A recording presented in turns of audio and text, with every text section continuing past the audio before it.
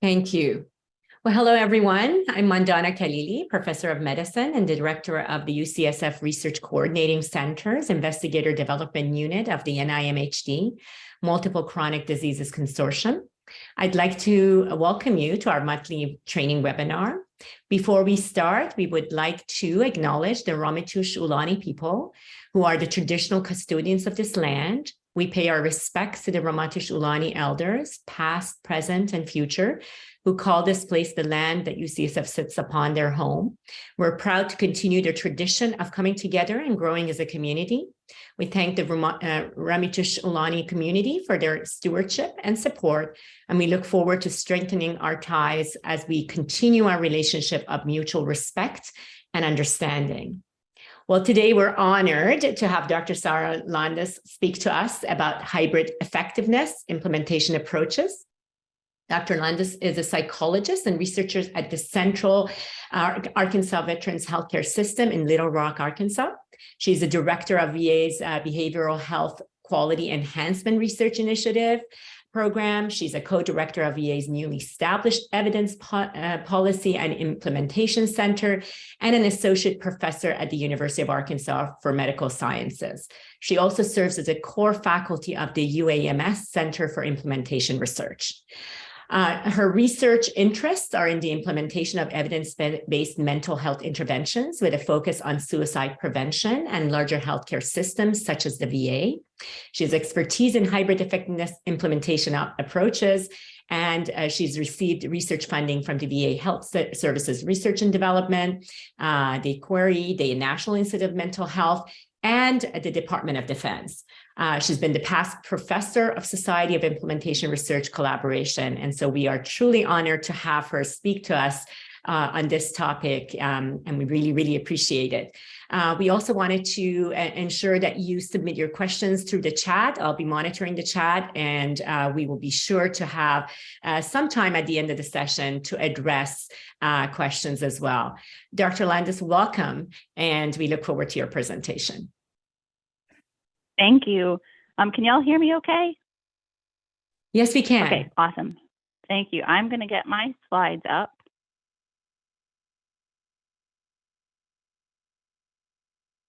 And then while I do that, I'm going to make sure, I know you'd mentioned folks submitting questions via chat. Okay, there we go. I have the chat pulled up. It's actually not distracting to me if folks want to ask questions as they go.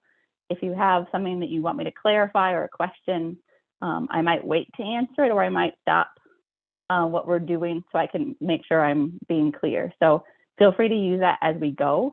And I also have a few not interactive slides. They're basic slides, but there's some questions on some of the slides, so it helps me know you all as an audience. All righty. So let me get started.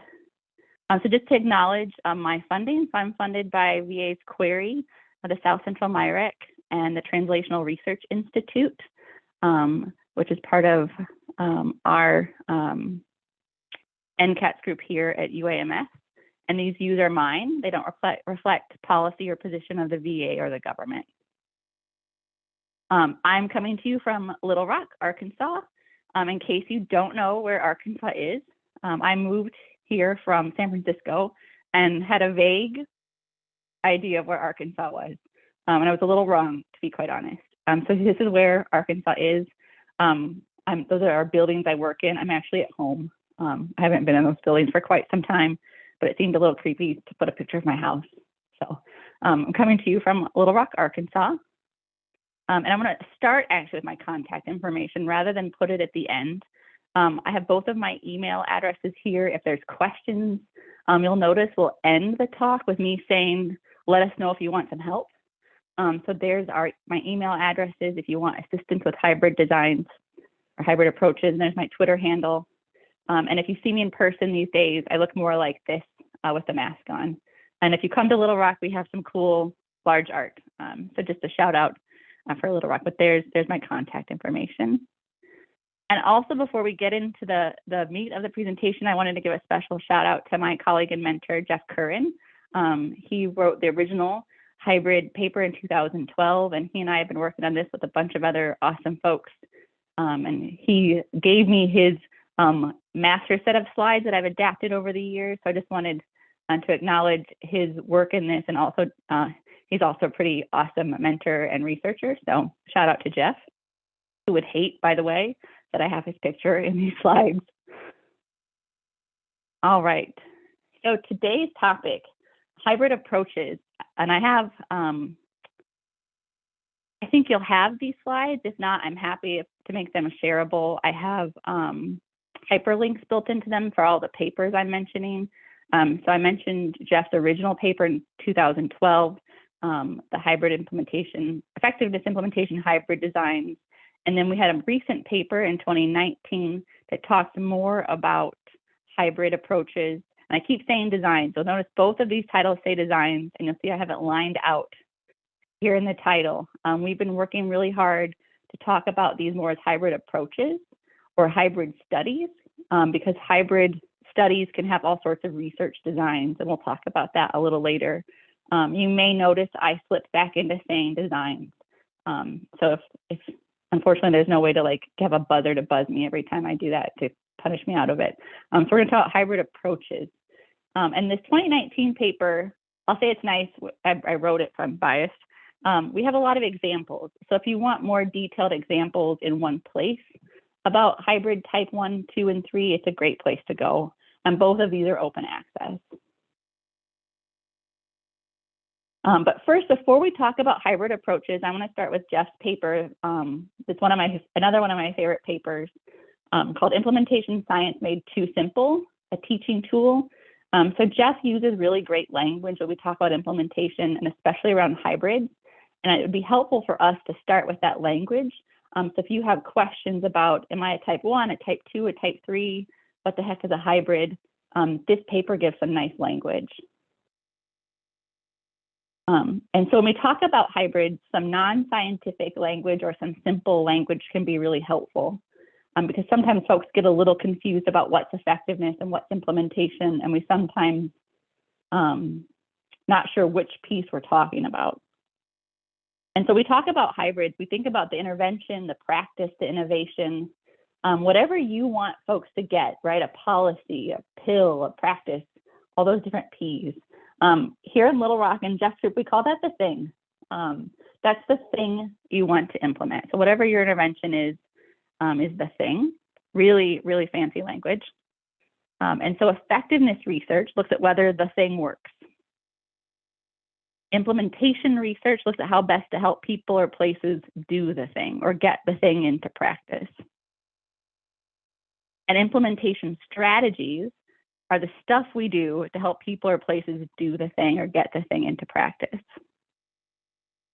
And some of our main implementation outcomes are how much and how well they do the thing. And I can also tell you, this is helpful in figuring out hybrid types. It's also kind of helpful if you ever have to explain to your family members or your loved ones or your friends what the heck you do for a living. The thing language can be pretty helpful. So using that language, hybrid approaches look at both the thing and doing the thing or getting the thing into practice. And we have different types of hybrid approaches that tend to emphasize either effectiveness of the thing or implementation of the thing. So if folks would be willing, if you're not considering hybrids, maybe think of something that could be a hybrid study in your future. Is your work more focused on effectiveness of the thing, like does the thing work, implementation, or getting the thing into practice, or both in some way? If folks wouldn't be willing to put that in the chat, just to give me a sense of what folks are interested in. Or do we have a bunch of bench scientists, in which this case this may be a little off? All right, so a lot of both. Okay, good. Thank goodness. Then we're in the right place for this talk if folks are both. And also, just out of curiosity, if folks wouldn't mind entering, where are folks coming from? Because I know this is a coordinating center for a bunch of P50s. I'm curious where folks are joining us from. And I see Maria Fernandez, you're an author on one of our papers. I should just let you give the talk. I'll go relax. right? So UCSF, Mayo Clinic, San Diego, UAMS, yay. Alabama, awesome. Bay Area, Chicago, cool. All right, awesome. It's a little more fun for me when we're not in person. Emory, so we have Emory's in Atlanta, I think. So that's just nice to know where folks are at. All right, so we have folks from all over, and most of you are interested in examining both, doing the thing and does the thing work. So I probably don't have to do as much work to convince you to consider hybrid approaches, probably also because you're here. You're probably interested. So part of it is maybe we can speed things up a little bit. So looking at effectiveness first and then implementation can be slow. And we really don't want to wait for perfect intervention effectiveness data before going implementation research. So we have a way to kind of backfill effectiveness data while we also test evaluate implementation strategies. We also want to know, does the thing work? How does the thing work related to levels of adoption and fidelity, right? So if you've only implemented the thing halfway, does the thing still have an impact? So we wouldn't know that without information from both sides. So these are just some reasons to consider hybrid approaches. So the original paper in 2012 was really, and Jeff will be the first to say that he wasn't the first to have this idea. He was the first to put it in writing. Folks were thinking about how to combine these to speed things up to get things implemented more quickly. And you'll notice the 2012 paper is really clinically focused. All the folks in that paper were health services research and thinking about maybe evidence-based psychotherapy or different kinds of medications getting implemented. But this also seems to work for other types of interventions. So for example, for policy. So we have someone here, RVA, who's interested in implementation of policy. So how do you get policy implemented? And I know Marie is here. Some of our recent work has been working with her to think about how does this also look like for prevention work. So we can think about this not in a narrow focus of clinical or health services research, but you can implement all sorts of things, right? So you can think, how do we best implement psychotherapy, but also how do you best implement good housekeeping practices in your VA facility? You can implement all sorts of things. And the original paper focused on trials, but we're focused more now on just this hybrid idea with different research designs. So the hybrid approach is more about combining research questions rather than combining designs. You can use all sorts of research designs within hybrid approaches. And I have that underlined for me to remember. We're calling them hybrid approaches or hybrid studies instead of designs. So we have three types of hybrids, hybrid type 1, 2, and 3. And so we'll talk about these a little bit in depth. So the hybrid type 1, so here on this side of the screen, is focused more on effectiveness research. So it's more about testing the thing. So does the thing work? So for example, you might have an evidence-based practice that you know works in some settings or with some populations, and you don't know if it works in others. So you might be more focused on testing the thing, and you also want to observe or gather information on implementation or doing the thing while you're getting more effectiveness data. So that's a hybrid type 1. On the far other side, for implementation research, a hybrid type 3, the focus is on how do we get the thing into practice? Which implementation strategies work best? So we're comparing one implementation strategy against another. And then we might also still gather some effectiveness data on the thing. And then in the middle, we have the hybrid type 2, which is some combination. And I can tell you, we've had lots of conversations of, is it 50-50 that you're focused on effectiveness or implementation? Is it 60-40, 80-20? And for those of us who like those nice, clean distinctions, we don't have those for hybrid type 2. So it depends is really usually our best answer for hybrid type 2s. I'm pretty biased. Hybrid type 2s are my favorite. And I think for a lot of folks, it's their least favorite. So we'll spend some time talking about all three types and how they'll be useful. And we've also had lots of discussions about changing the typology. So making it, and we got really more in the weeds and complicated. And then we went back to hybrid type 1, 2, and 3. So far, I think we might be sticking with the type 1, 2, and 3. So this visual is just literally the same thing as the previous slide. I've noticed some folks like it better in the table format and some like the figure better. So if you think about research aims, for hybrid type 1, again, the primary is the effectiveness of the thing. Type 3 is the impact of the implementation strategy. How well does your implementation strategy work? And we often say impact of the implementation strategy. You could say, is the implementation strategy effective? And that's where people get themselves really confused about whether they're talking about effectiveness or implementation. So we tend to say impact of the implementation strategy. And here in type 2, again, we have primary, and sometimes we call it secondary or co-primary aim. So you have both effectiveness and implementation. We're going to start with hybrid type 1. So again, the hybrid type 1 tests the thing, the intervention or innovation, and explore implementation related factors. So there's been some arguments recently that folks shouldn't be doing standard effectiveness studies without doing a hybrid type 1. So we have the opportunity in doing effectiveness studies to gather this kind of information. So we think of this as an effectiveness trial or study plus, right? So you might describe the implementation experience, what worked or what didn't, what barriers or facilitators implementation you saw. You might notice how the intervention needs to be adapted going forward. What's needed to support people or places to do the thing in the real world, right? So it might be moving from efficacy to effectiveness. You might be in a clinic and going, oh, we had a thing that requires 94-minute sessions.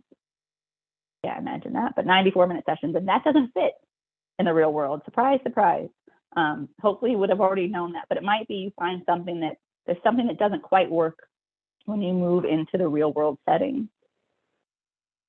So when would you do a hybrid type 1? Some indications include if the clinical effectiveness evidence remains limited, right? So you really feel that you need more effectiveness data. So really focusing on implementation might be premature. However, effectiveness study conditions really give you the ideal opportunity to explore implementation issues. So you can find out things like, and I think this is on my next slide, I always forget. Okay, I always say all of this and then remember this slide is here, so I'm ahead of the game this time. All of effectiveness trials essentially use implementation strategies, right? We're all doing things to make sure our study works. All right, so if I decide, I'm a clinical psychologist, so if I decide to test a psychotherapy in an effectiveness trial, I'm going to probably pay the clinics or pay the clinicians or make sure I backfill my study therapist time so the clinic keeps running. I'll probably do fidelity checks. I'll probably want to make sure my therapists are doing the therapy so my study works. So all of those are ways to support implementation, and they're really resource intensive. So we're already doing some of those things to support implementation already. So part of a hybrid type 1 is maybe more formally or strategically documenting what you're learning as you're doing these things to support your effectiveness trial. So we can learn from these strategies, right? Maybe we find out, man, even if we pay folks, it doesn't work, or people aren't doing the therapy, right? Maybe we find out no one's reaching fidelity when they're doing an unusual clinic. But these are all things to be really helpful to know, both to understand our effectiveness data and to inform implementation. So I have here some examples of type 1. We are in the deep weeds of a scoping review of hybrid papers. There's a lot of protocol papers. So if you are interested in any type of type 1, type 2, or type 3, there are boatloads of papers for you to look at. And these are just some of my favorites in terms of, so I think are all these, looks like all but one is a protocol paper. Megan Lane Falls is a really great one if you have folks who are in medical settings. She also tends to have really good study acronyms. You can see we have things on this one on top, looking at improving mood and weight in primary care. substance use clinics, insomnia. And I've noticed I'm the one who does all the lit searches for our scoping review. And as we've gone from 2012 to 2022, the settings and the interventions or things has just really exploded. So you can really find good examples of something that might be close to what you're interested in. And we, again, at the end, I'll say we'll help you if you need it. So if you say, I really need a implementation study in ICU with this problem, we can help you know if those exist already. So something for folks to consider or chime in the chat. How soon is too soon to start looking at implementation questions? I've seen some folks talking about, in our scoping review, I found one hybrid approach, but it was an efficacy implementation study. When do we think is too soon? Is efficacy too soon to look at implementation? Or is it not too soon? Do we want to make sure the thing we are developing can even fly in the real world? I wonder if folks have any thoughts about how soon is too soon to look at implementation questions? Or maybe just a yes, no, is efficacy too early for implementation?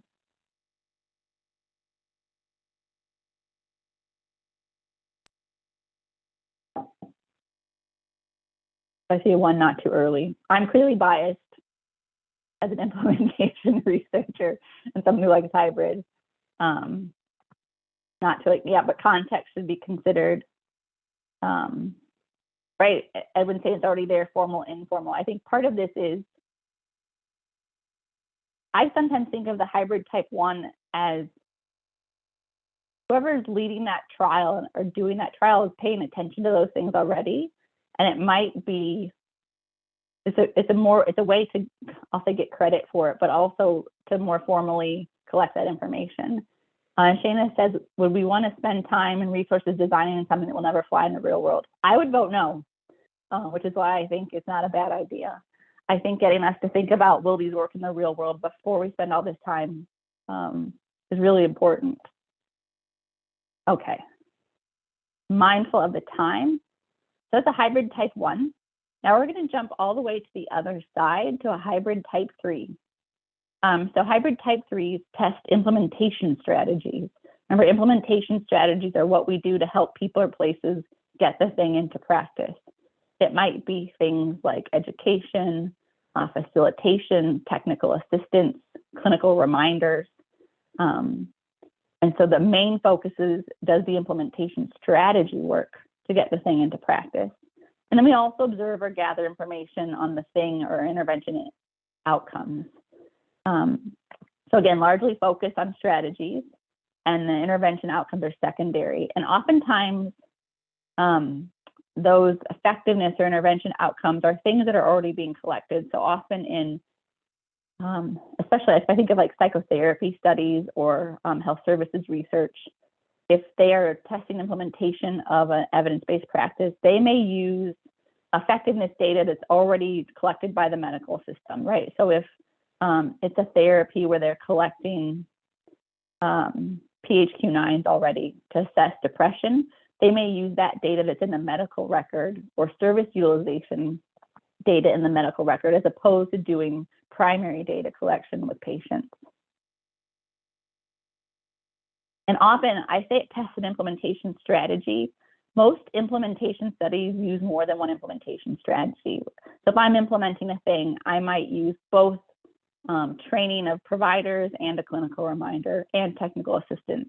So it could also be testing an implementation strategy bundle or bundle of strategies.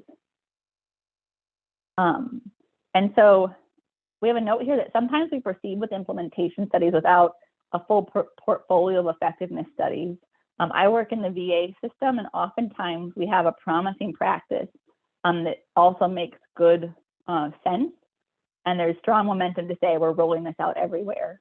So hybrid type 3 is a great design to say, let's test some implementation strategies if we're rolling this out everywhere.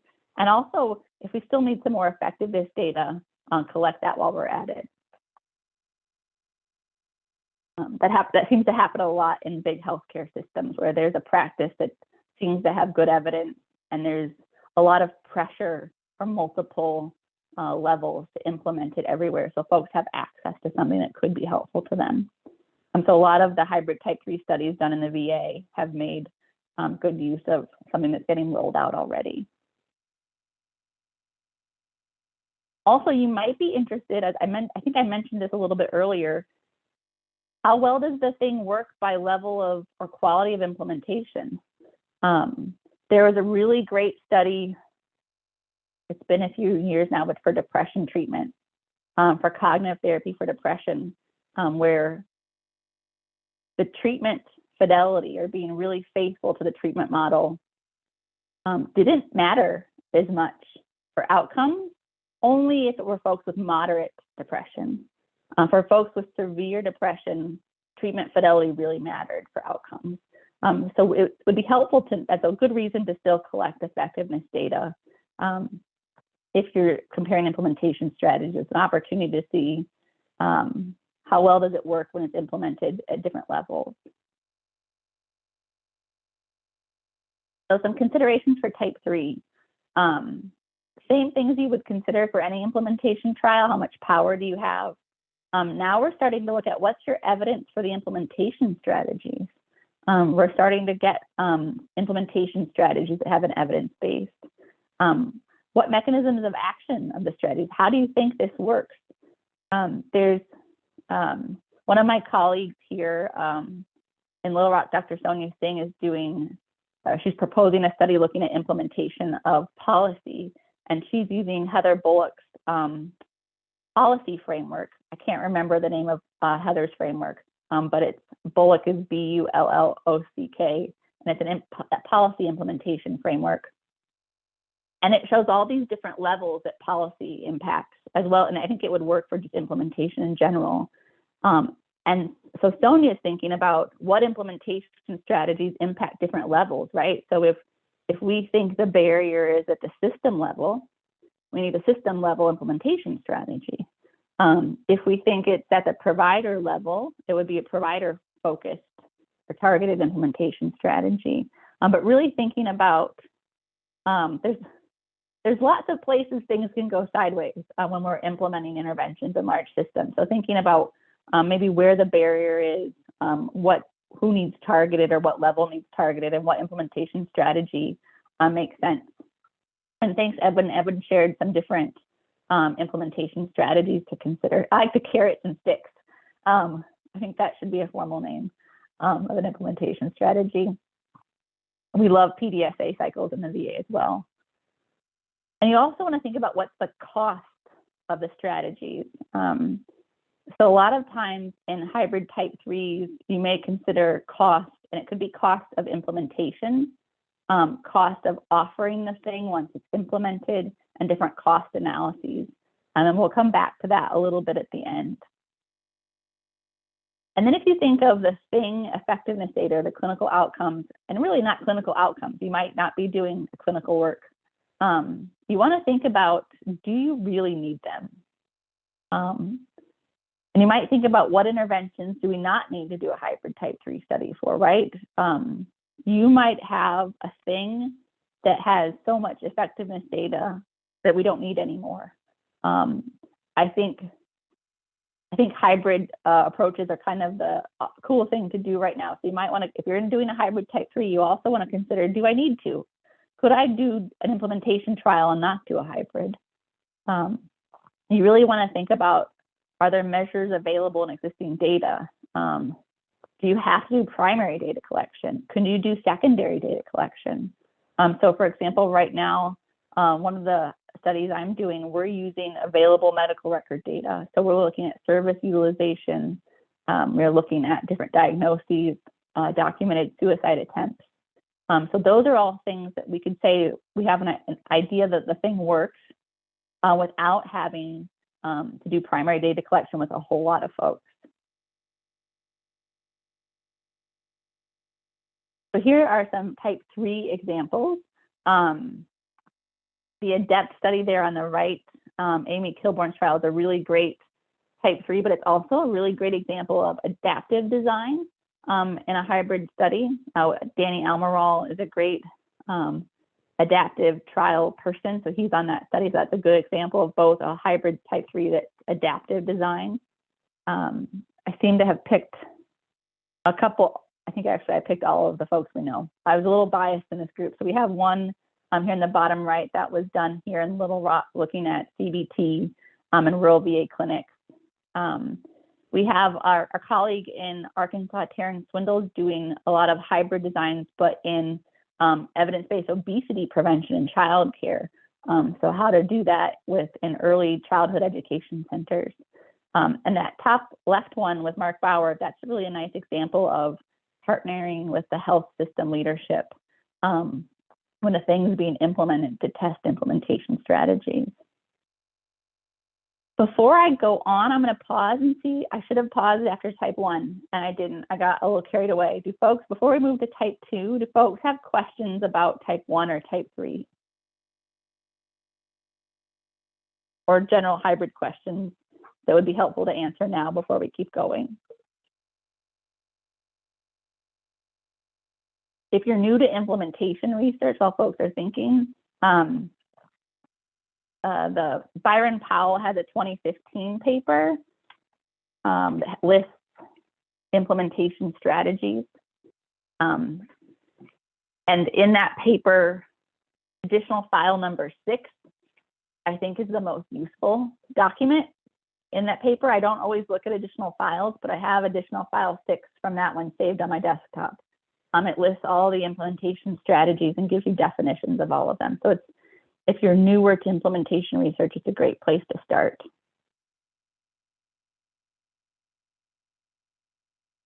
All right, I'll keep going, and if folks have questions or just comments, feel free to chime in. Okay, we had focusing mostly on effectiveness data in that type 1. On the other side, we had focusing mostly on implementation outcomes in type 3. And then in the middle, we have the hybrid type 2, which is some combination of some amount of both testing the thing and the implementation strategies to get the thing into practice. And it can look like, it could be it's either an implementation study of 2 strategies, right? So you have a dual randomized design. Brian Garner has several really great examples of dual randomized studies. He's really good at those, where you might be randomizing folks both. If it's recipient clinical, it could be. Thanks for that link to Byron's paper, that 2015 paper. So you might be randomizing to both implementation strategies. You might be randomizing your sites to an implementation strategy, and also randomizing people to the thing that's getting tested. Those dual randomized studies, there's not very many of them because I think they're quite the pain in the rear end to plan and pull off. There are a lot more of the single arm studies of one implementation strategy. So we're looking at maybe, we'll call it piloting an implementation strategy or bundled implementation strategies and getting effectiveness data. So for example, I have a hybrid type 2 study right now in the VA, and we are looking at one implementation strategy at all of the sites and collecting additional effectiveness data because we needed more effectiveness data with a new population and setting. And we wanted to see if that implementation strategy works. So we had that second type for our hybrid type 2. I have this at the end, but in terms of thinking about, I can't remember, you all have a very long title of the series that I can't remember of the speaker series, but in terms of thinking about though, equity, I think hybrids are great study designs if you've noticed there's some sort of disparity in care or disparity in health or disparity in some sort of outcomes. So you may notice there's a disparity that one group isn't getting the thing, and so you don't have effectiveness data for that group. And you want to figure out how to get it implemented. A hybrid type 1 or type 2 might be a great way to figure out both effectiveness data and how to get the thing implemented. Or you might you might find that the thing needs adapted for a different population or setting. So you need more effectiveness data on the adapted version. So again, a hybrid 1 or 2 might be a great fit for testing that adapted version of whatever the thing is. So it's really, I think, a good study approach if you're interested in looking at how to improve equity or address disparities in care or health. So when we're thinking about a hybrid type 2, indications for a hybrid type 2, you have effectiveness data available. And as I said, maybe not for this context or population. You already know some barriers and facilitators implementation, and that might be formal or informal. So it might be, for my hybrid type 2, we didn't do a type 1 study first to get barriers and facilitators. We had some pilot funds and did a whole bunch of qualitative interviews to find out more on barriers and facilitators. Like, why aren't y'all using this thing? What gets in the way? What would help you? And then we use that qualitative data to inform our hybrid type 2. You might have, again, implementation momentum in terms of system or policy demands. The thing that we're implementing in my hybrid is a suicide prevention intervention that we also knew what was coming. We knew that there were plans to make it a mandate, so a policy mandate, that places were going to have to do this thing pretty soon. So we wanted to help figure out how do they help them implement the thing before it's mandated, so we can actually support folks in following the mandate. But those are some times that a hybrid type 2 would be a great fit. And again, I just want to highlight that data on barriers and facilitators doesn't have to be some big grant-funded study. I had, I think, like $20,000 from our healthcare system that helped pay for staff and compensation of time, and we were able to do a small project to gather that barriers and facilitators data. A lot of folks at our VA use, we have different pilot funds available, so they do some sort of pilot to collect qualitative data or quantitative data to figure out barriers and facilitators to implementation. And there's several, this is maybe a sidebar, there's several qualitative interview guide and codebook resources now available.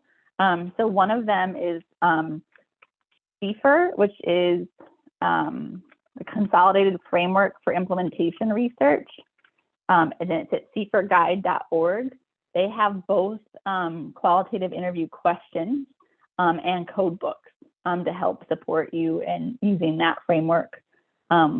We've also developed one here in Little Rock for the IPARIS framework, the Integrated Promoting Action Research and Health Services framework for implementation. I don't think we have it on a website, but I'm happy to share it, where it also gives you a qualitative code book so you can use something that exists that aligns with the framework already and not have to recreate the wheel. So some more considerations for type 1. You really want to have an explicitly described implementation strategy that's thought to be plausible in the real world. So this is the clear distinction from type 1. In type 1, you're just getting information about barriers and facilitators, or what do we know about implementation. In type 2, you want a specific implementation strategy or bundle of implementation strategies that you're going to evaluate. You also want explicit measures of implementation outcomes. So that might be adoption. For my study, we're looking at, did a facility adopt the intervention? Have they implemented it? Are they offering it? Is each facility, what's their fidelity to the model? And for ours, we have 2 measures of fidelity that we can use. We can evaluate just in a medical record.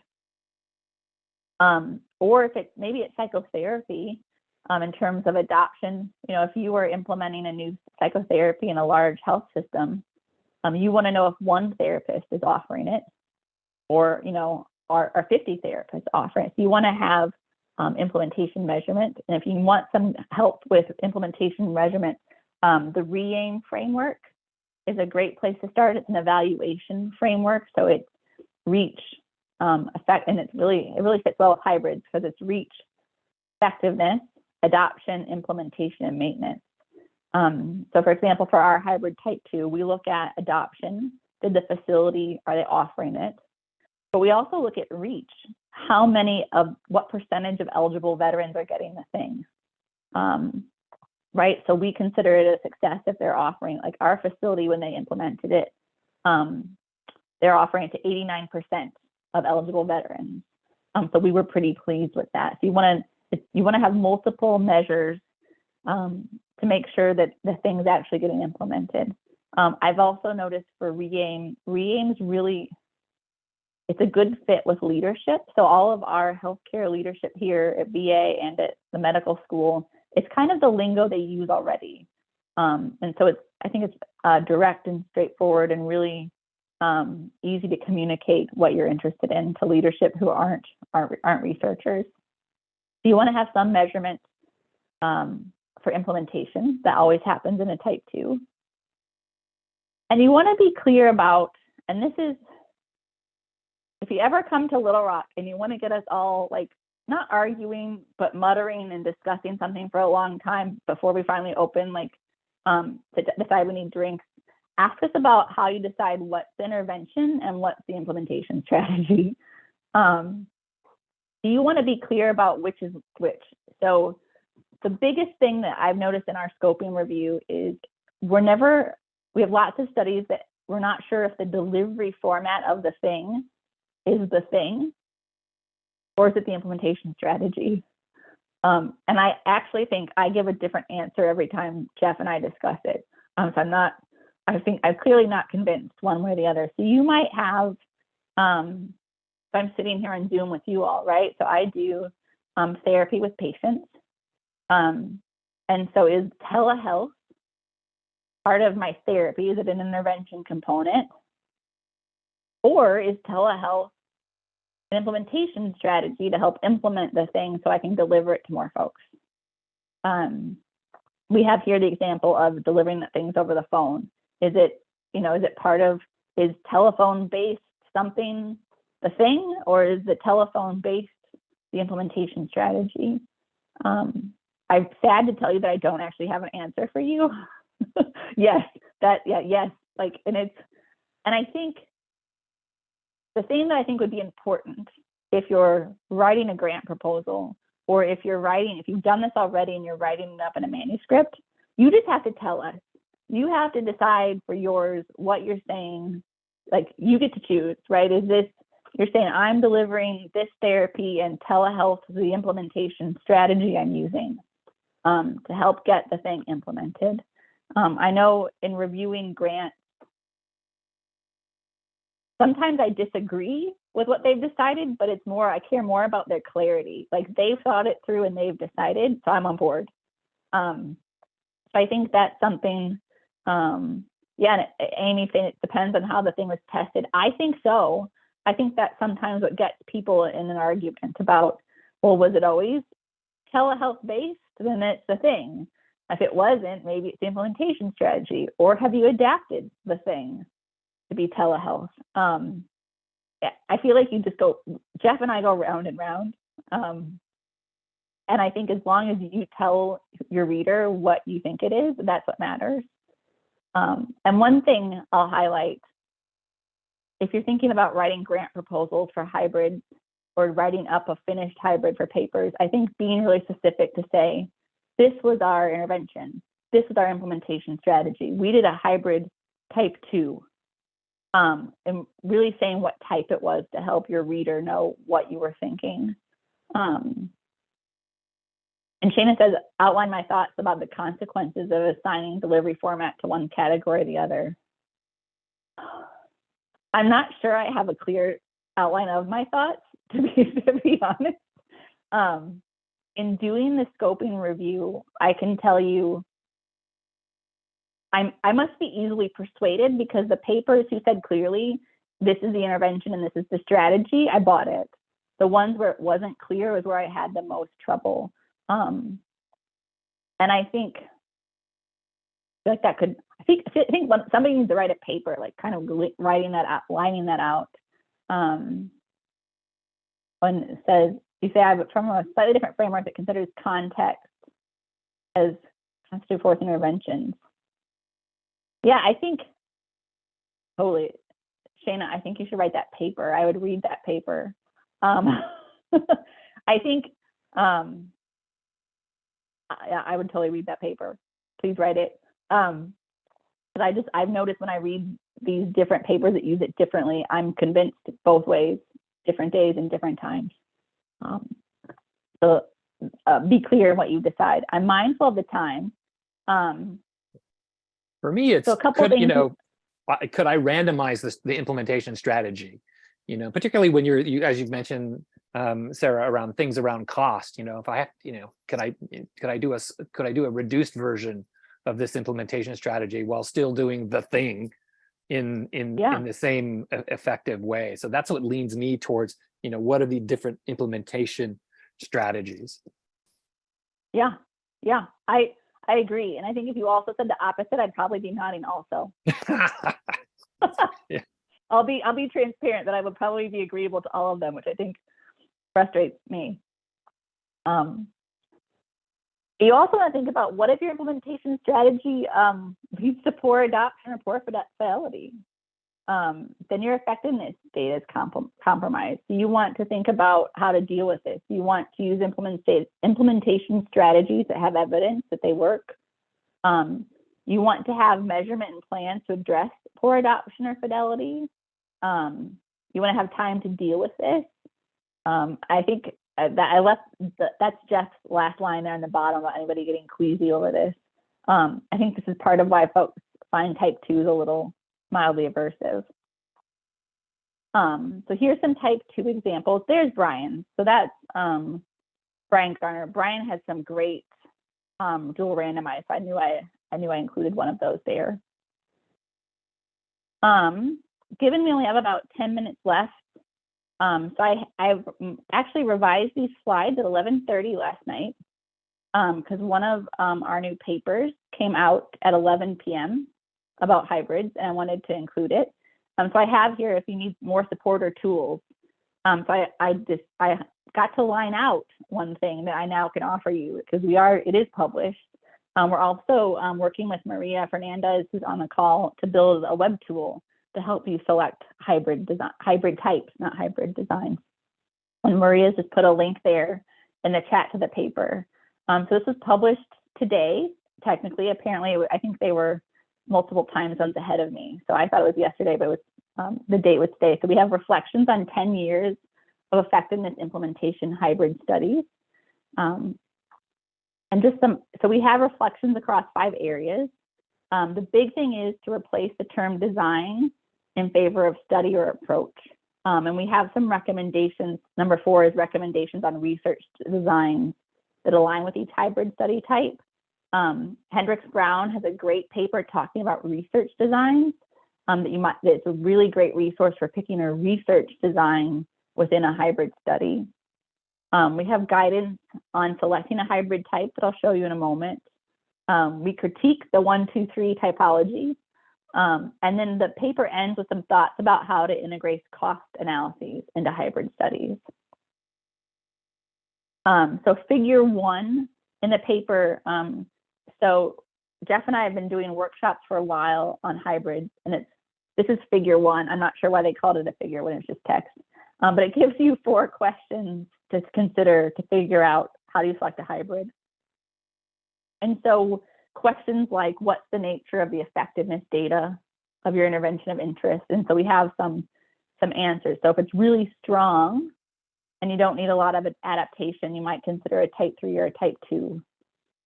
If you have mixed results or you don't have strong effectiveness data, consider a type 1 or 2.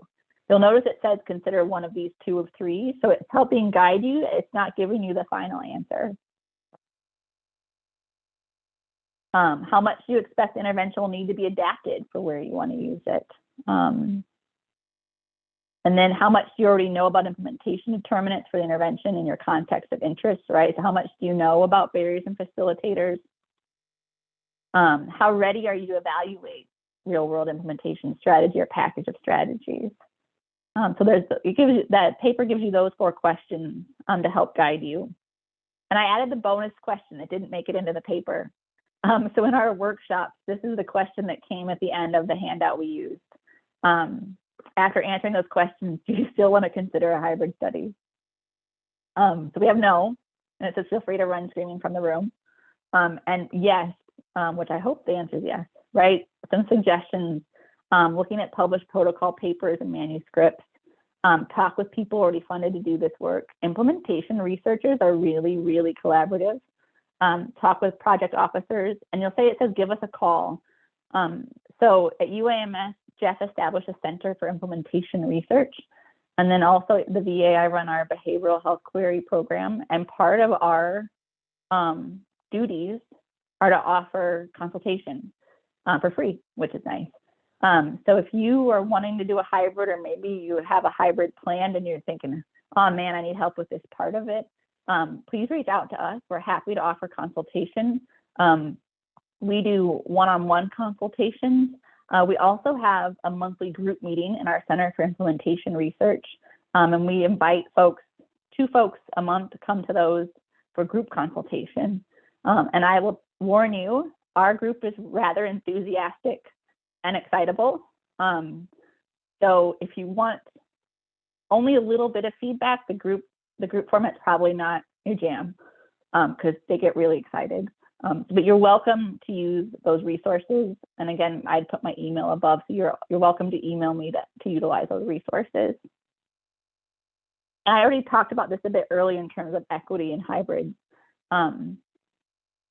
You can look at equity and intervention or health outcomes, equitable delivery, right? Is it getting implemented the same in different settings? And you can target equity with implementation strategies. You can really think about, if you see a disparity in care, a hybrid study may help you get data that you need to address that disparity. We only have about 6 minutes, which isn't a whole lot of time. I want to stop here, though, to answer questions and to be respectful of the end time as well.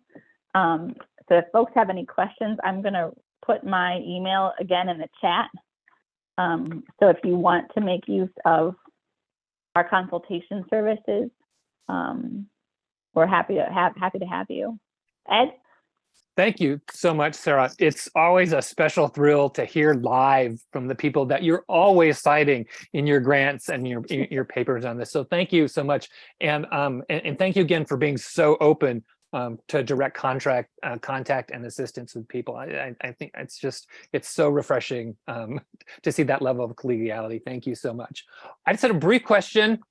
It's around, like, any thoughts on issues of the implementation and control comparison conditions and type 2s and 3s, randomized, using historical, strategy dosed, those sorts of things, quasi-experimental things, like, what now that you've been doing your scoping review, what have you seen around there, and what are kind of your favorites? You hate to waste resources and not provide your best foot forward, but randomization and comparison control is still gold standard.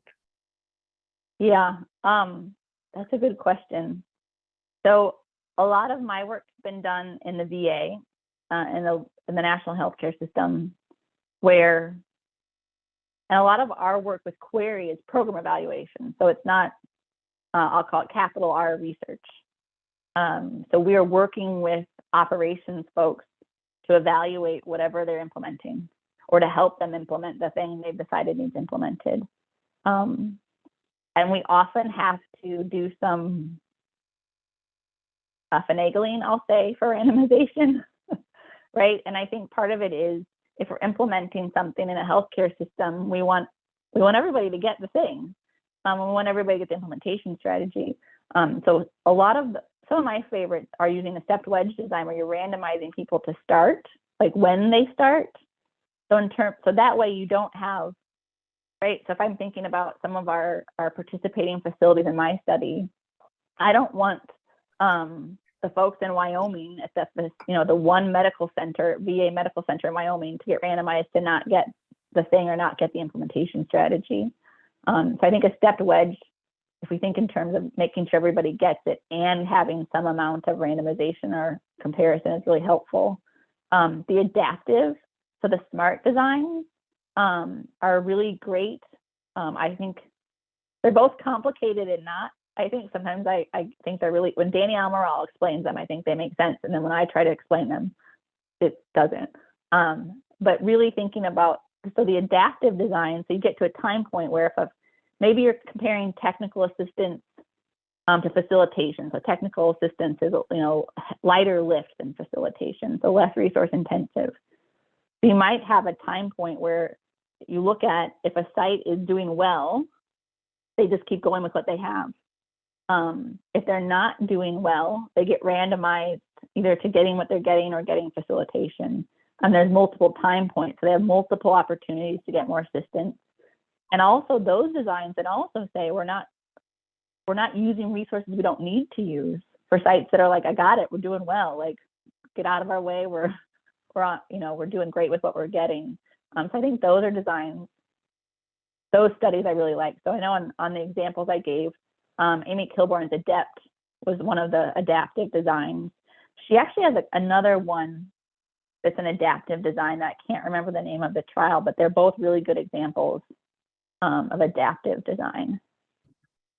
Thank you, Dr. Landis. I wanted to make sure we asked this question off of you with regards to the NIH institutes or centers that are more interested in funding hybrid approaches than others. Any suggestions? Yeah, I'll say short answer is yes. I think some of the institutes are requiring hybrid type 1s if you're doing an effectiveness trial. I know Jeff and I are on one that was that they submitted it as a randomized controlled trial, and they were told if they revise it to a type 1, they would be funded. So I think hybrids are, I think people don't want to wait. I think people are eager to get people better care, better outcomes, and don't want to wait. So I think hybrid type 1s are an easy sell. I also think though, if you're in the implementation study section of NIMH, you don't need to do a hybrid type 3 if it's not needed. So I think I'd push yes on the 1 and then maybe question if you need it on a hybrid 3. So I do think folks are really interested in that. Great. And I think we have one other question with regards to would it bias effectiveness if you assign a higher weight to treatment arms with better implementation? Oh, sorry, I have an alarm going off in my ear on my phone. I'm sorry. I'm not sure. I'm also nowhere at times. So if you want to email me that question so I don't stumble and say something that doesn't make sense, I'd be happy to answer it over email. I also really appreciate folks being interactive. It makes it more fun for me. So I really appreciate that. And thanks for having me. Thank you, Dr. Landis, for that outstanding presentation. And we'll be sure to connect with you through email as well. Thank you again.